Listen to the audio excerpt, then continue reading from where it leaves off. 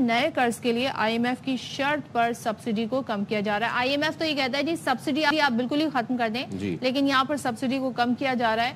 وزارت توانائی کی سمری کے مطابق آئندہ مالی سال کے دوران سبسڈی فراہم نہیں کی جائے گی اور آئندہ مالی سال بجٹ میں آئی پی پیز کو ادائیگیوں کے لیے سبسڈی دی جائے گی. تو آئی ایم ایف پروگرام جو نیا پروگرام ہے اس کی درخواست آئندہ ماہ دے دی جائے گی. اچھا, اب اس میں یہ بھی ہو رہا ہے کہ نہ صرف سبسڈیز پہ جو انحصار ہے اس کو کم کرنے کی کوشش کی جا رہی ہے, بلکہ جو ٹیکس کا طریقہ کار ہے وہ بھی اب امپلیمنٹ کیا جا رہا ہے, اور جو لوگ ٹیکس نہیں دیتے تھے وہ ہوشیار ہو جائیں, کیونکہ انکم ٹیکس کی وصولی کا تاجروں سے جو ایک نیا طریقہ کار ہے وہ وضع ہو جائے گا اپریل سے, اور تاجروں کو 5 بنیادی کیٹیگریز میں رجسٹر کیا جائے گا.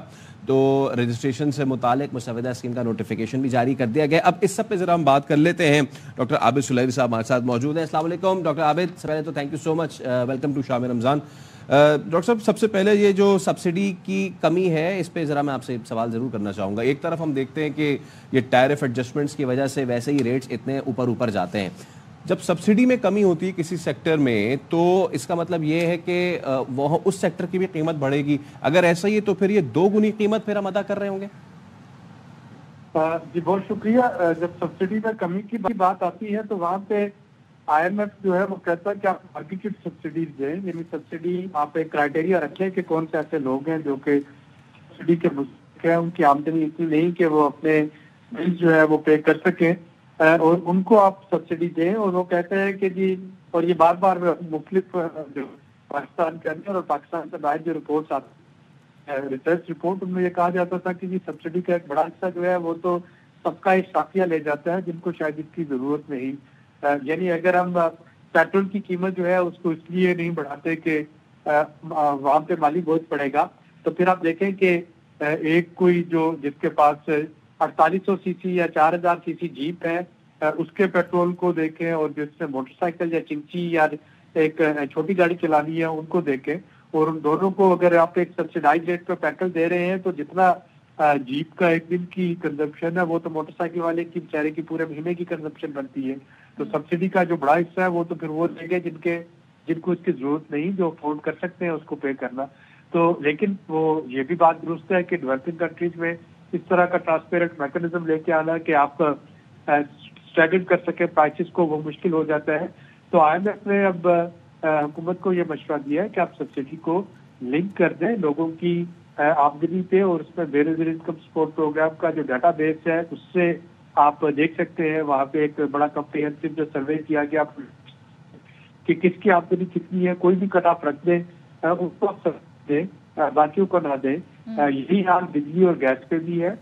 لیکن بجلی اور گیس پہ جو ایک دوسری سچویشن بنتی ہے, جو ڈلیما ہے, وہ یہ ہے کہ اگر ہم بجلی استعمال نہیں کرتے تو ہمیں آئی پی پیز کو کیپیسٹی پیمنٹ چارجز دینا پڑتے ہیں, جس کا مطلب یہ ہے کہ بجلی نہ لینے کے پیسے ان کو دیں, اور بجلی تبھی استعمال ہوگی جبکہ ٹیرف جو ہے وہ بہتر ہو. تو وہاں پہ جو تجویز حکومت پاکستان کے جو پالیسی 7 سرکل ہے وہ آ رہی ہے, وہ یہ ہے کہ بجلی کے ریٹ اس طرح سے کر دیا جائے کہ لوگ گیس چھوڑ کے سردیوں میں بجلی استعمال کریں. گیس کی امپورٹ کا جو ہے فارن ایکسچینج وہاں پہ بچت ہو, اور جو آئی پی پیز کو پیسے دینے تھے کہ ہم بجلی نہیں خرید رہے, پیسے دے رہے ہیں مفت میں, وہ صارفین کے پاس آئے وہ ریاض. تو یہ وہ چیزیں ہیں جس پہ کہ کام ہو رہا ہے. جو تیسرا آپ نے بھی بات کی گیس کی تو لوڈ شیڈنگ کی وجہ سے لوگ خود ہی جی اب الیکٹرانک آئٹمز پر آ گئے ہیں, تو حکومت کے سٹیپ سے پہلے ہی. عابد صاحب ذرا یہ بتائیے گا, اب جو تاجروں سے انکم ٹیکس وصولی کا طریقہ کار نیا جسے کہہ رہے ہیں نافذ ہوگا, کم از کم ایک دکاندار کو سالانہ 1200 روپے انکم ٹیکس دینا ہوگا. ہمیں ذرا یہ بتائیے گا کہ جو ایک مقصد ہوتا ہے جی اتنا ٹیکس اس سیکٹر سے ہم نے اکٹھا کرنا ہے, جب ہم کم از کم 1200 سے ہی شروع کر رہے ہیں تو پھر یہ فائدے اس کے کیا ہوں گے, یا میکینزم ڈیفرنٹ ہوگا تاجر کے ریونیو اس کے پروفٹ کے لحاظ سے؟ یہ دیکھیے سب سے بڑا جو ہے وہ تو یہ ہے کہ آپ اپنی اکانومی کو ڈاکومنٹ کر لیں گے. یعنی جو 5 کیٹیگریز ہیں اور جو 6 شہر ہیں ابھی جس میں یہ پائلٹ بیس پہ نافذ کیا جا رہا ہے, تو کم از کم اس کی وہاں پہ اکانومی ڈاکومنٹ ہو جاتی ہے. آپ کے پاس ایک پوری لسٹ آ جاتی ہے کہ کتنے لوگ جو ہیں وہ وہاں پہ ان کی گروسری کی شاپس ہیں, ریٹیلرز کون سے ہیں, ہول سیلرز کون سے ہیں, جویلری کی شاپس کون سی ہیں, میڈیسن کی شاپس کون سی ہیں. یہ وہ آپ کے پاس ایک ڈیٹا بیس بن جائے گا جو کہ یقیناً گوئنگ فارورڈ اکانومی کو